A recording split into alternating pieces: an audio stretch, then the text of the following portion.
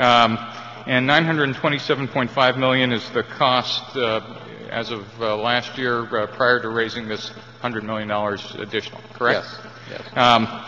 If you add 100, so I would assume next year you'd go out and raise whatever that bond is plus the 100 million that you promised. Correct. But does this extra 70 million then become excess cash that goes to general operating fund? We would only raise the amount of money that we would need to build the road and whatever was required. But we wouldn't know till 2021 whether you would need that extra 70 million. Is that correct? Commissioner Blank, I think you're mischaracterizing the proposal. I'm just asking the question. You can no, say the question is there would be $100 million raised for park improvements. Perfect. Thank you. And we've made that clear in our proposal. I think you answered the question. And then just in selling bonds, aren't the bonds sold to the investors on the basis of the revenue TCA generates? Or that's a key component that bond buyers look at. Yes. And there are two sources of revenue. And again, this was a development fee of $4,000 a house. Is that, or $4,000 It depends on the house and whether it's commercial. Got it. And there are 14,000 houses projected in Mission Viejo, and I would times that times the development fee. Is that correct? I mean, that's a revenue source, whether it's two or one. I just didn't understand that before. And then there's tolls on the road, right? Net Correct. Tolls in 2007 were about 102.5 million net. Is that about close? Or that sounds close.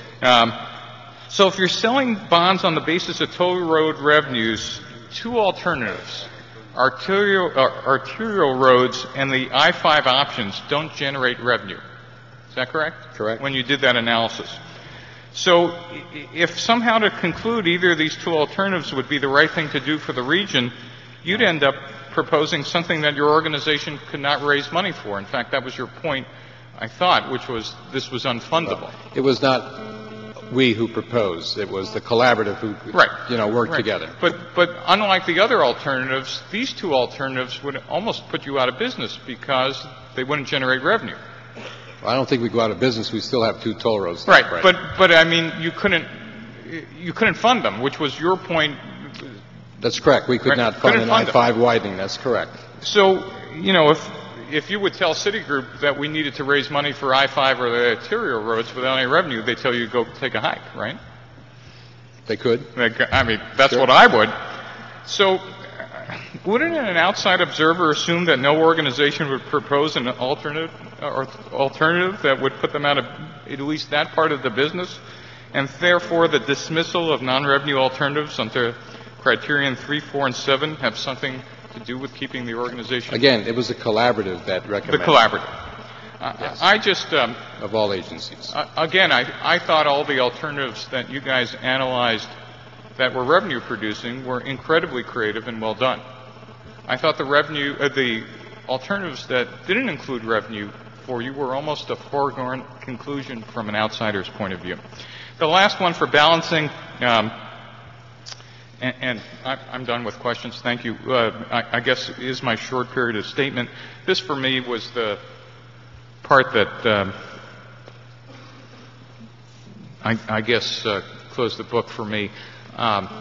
Unlike some of my fellow commissioners, or I'm not sure, like some of my fellow commissioners, I believe the governor's mission to build infrastructure in the state is correct. I believe the governor has hit it out of the park on most of his environmental initiatives. But as a coastal commissioner, I think for me the test on balancing is whether the proposal is an essential element of the project. And I didn't hear a compelling story on public safety benefits as acting as a major alternative evacuation route. I didn't hear that treating runoff for I-5, while I believe is incredibly creative, is unrelated to the project. It does nothing to balance the toll road itself, and it's not the fundamental purpose for the project.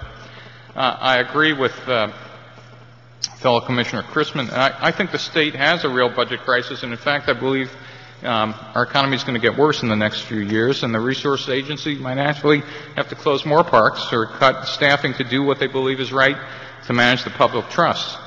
But the parks will still be there when the economy recovers.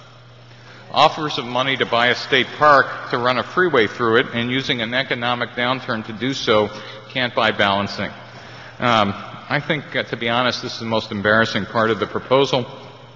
I think our parks belong to all 34 million people in the state until they all have a say in what to do with them. I don't feel that this is a proposal I could support under the Coastal Act. Thank you. Commissioner Blank, thank you. Commissioner Riley, then Commissioner Schallenberger. Thank you, Mr. Chair, and I'll try to be brief. Let me start